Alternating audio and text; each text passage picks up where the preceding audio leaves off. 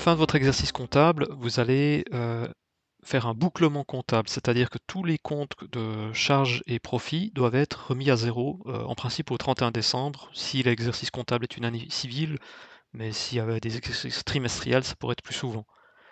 Donc ici, typiquement les comptes de produits qui sont vente de marchandises, si on ne fait pas un bouclement comptable, en arrivant au premier trimestre, ce montant va continuer d'augmenter et on verra pas seulement les ventes de l'année en cours, de l'exercice en cours, on verra aussi les ventes de l'exercice précédent. C'est pour ça qu'on fait un bouclement comptable, pour pouvoir faire, en principe c'est avant une assemblée générale ou pour pouvoir présenter les comptes.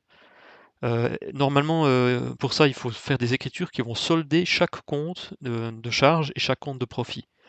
On va virer en fait ce contenu, le solde à un compte de résultat. C'est ces comptes là dans la classe 7 ou dans la classe 8, résultat ordinaire, extraordinaire. Episerio, heureusement, vous facilite cela. Vous avez ici, et si vous cliquez sur le petit bâtiment bancaire, vous avez le bouclement comptable.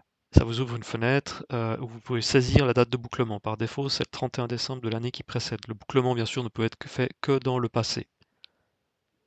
Vous cliquez sur Générer les écritures et apparaît une écriture composée qui s'appelle bouclement au 31 décembre et qui, vous voyez, contient c'est une écriture avec toutes les soldes, les comptes de pertes et profits.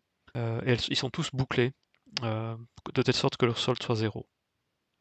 Si jamais vous avez fait une erreur avec ce bouclement, vous vous rendez compte qu'il y a des transitoires, vous pouvez éventuellement supprimer l'écriture de bouclement, ce qui vous permet d'annuler le processus.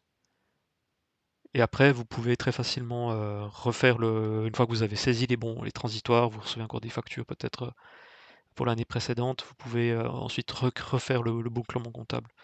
Et si vous n'avez pas effacé l'écriture précédente, il y aura une erreur. Donc le bouclement peut être fait qu'une fois par exercice. En principe, c'est des années civiles.